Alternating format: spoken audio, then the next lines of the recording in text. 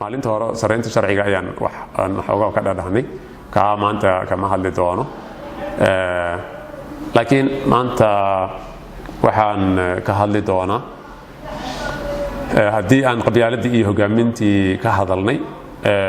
waxa kaloo marka ka hadli doonaa xagga mashaariicda oo aan iyadan lagu salaynin qorshe macnaha cilmiyeysan marka hore hadda ka hor waan soo yara qaaday kolley sida la ogsoon yahay mashaariicdeena qaar qorshe ku fulay oo baahi ku salaysan way jiraan kuwa badan oo aan baahida ku salaysneen oo liska sameeyeen way jiraan marka yaani annaga macnaha baahida ay maanta ummadeena haysato waa baahi aad u balaaran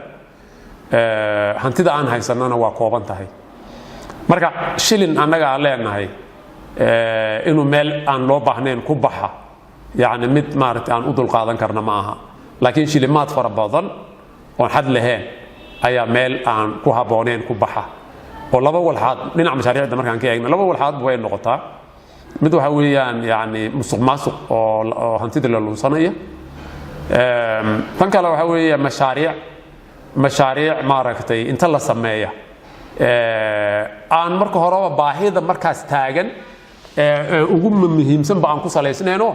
markii la sameeyaba cid isticmaalaysa ma laha waan ognahay mashaariic waaweyn aad u waaweyn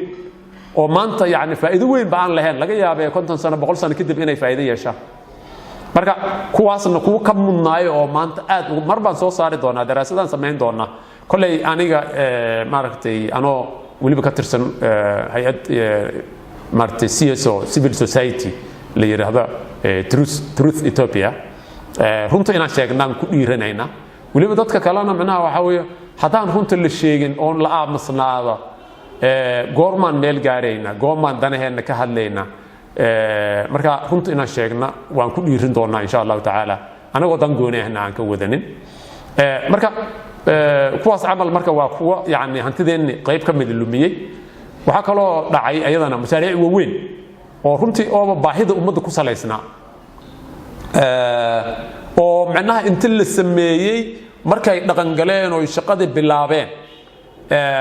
markaas yaani mashruuc wuxuu u baahan yahay in la maamulo in la dayactirka iyo maamulka iyo dadka macnaha hawshaas qaban lahay la waayay oo marka hadana ayagana iska baaba'ay yaani mashaariic waaweyn jira maanta hadda aan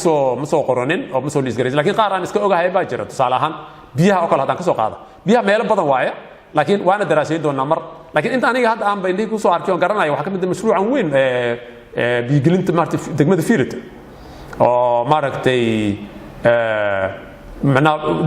tuulooyin fara badan waraabinaya macnaha ilaa 400 milyan ka badan ku baxay haddana waa laga oomayaa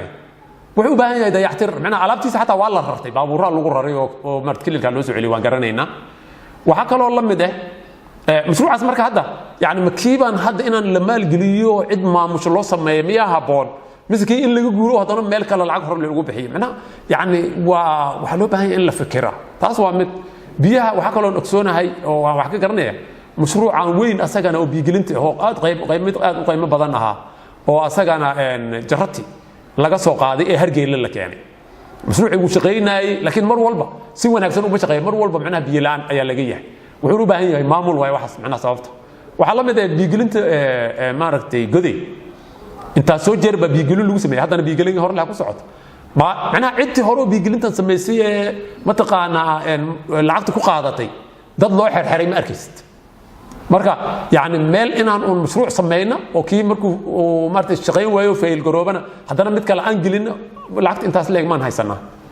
marka yaani mashaariicda horta dhinacaas dhibaato ka jirta mid kale waxa weeyaan meel aan ba looga baahneen aan mashaariicda geynaa marka qaar cadaaladna kama jirto because qorshe rasmi ah oo cilmi ku salaysan lama sameeyo ayadana taasna midnimadaan iyo Soomaalinimada aan sheegayn iyo waxaan oo dhan ay dib u geysanaysaa tusaale ahaan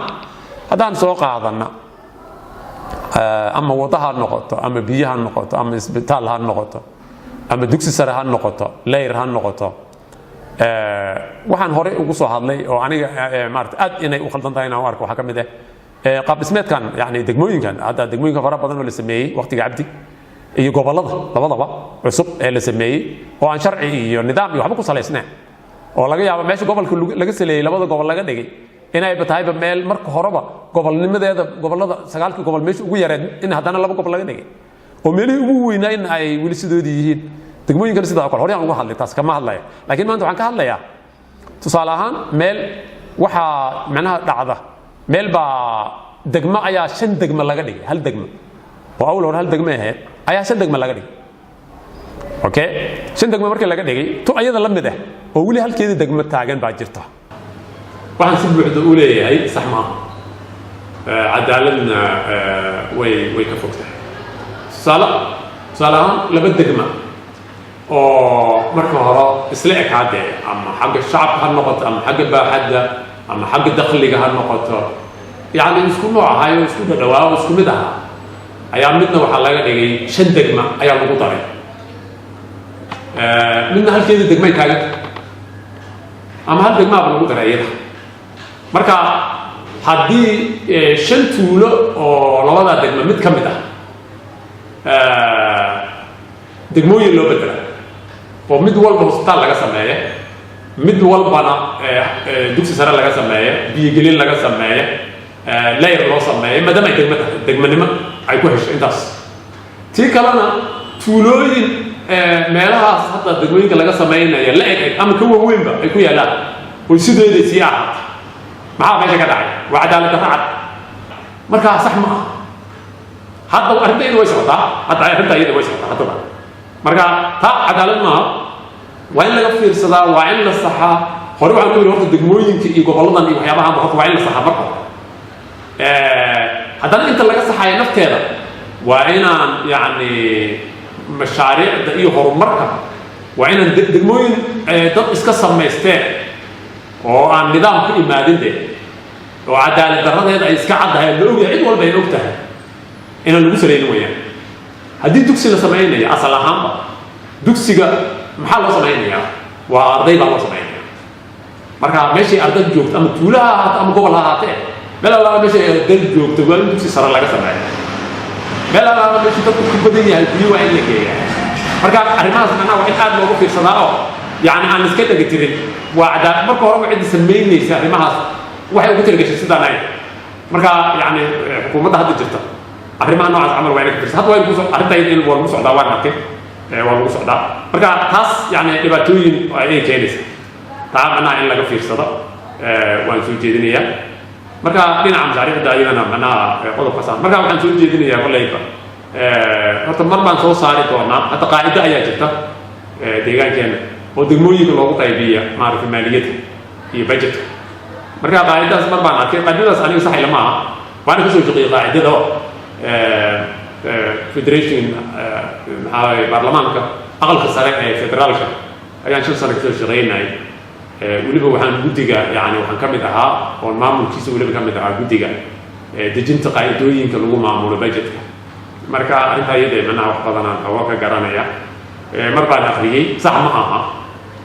laakiin hadda maalin weyd mar in la bedelay ayaan maqlay kii la bedelay weli ma helin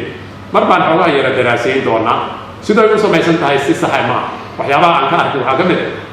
yani budgetka waxaa lagu salaynayaa adeegyada meesha jira inta dugsiga jirta maxaa kliiniga hoo jira waxyaabahaas lagu saleeyay oo qaabkaas ay macnaha marka hore xaggaas laga duulay dugsiga haddiiba ardayga u joogo maalin weyd hadda report maalin weyd inta hadda xukuumaddan asu joogto waxaan maqlay dugsi sare oo ardada joogta iyo macallimiinta joogta ay macallimiinta joogta badan de kaas haddii lagu saleeyo marka lacagta maxaa macnaha sheegaysaa macallinka meesha in laga soo qaado meel kale la geeyo soo maaha macnaha marka sax maaha yani qaabka meesha uu ka duuliba sax maaha laakiin midkaan dambana waan eegi doonaa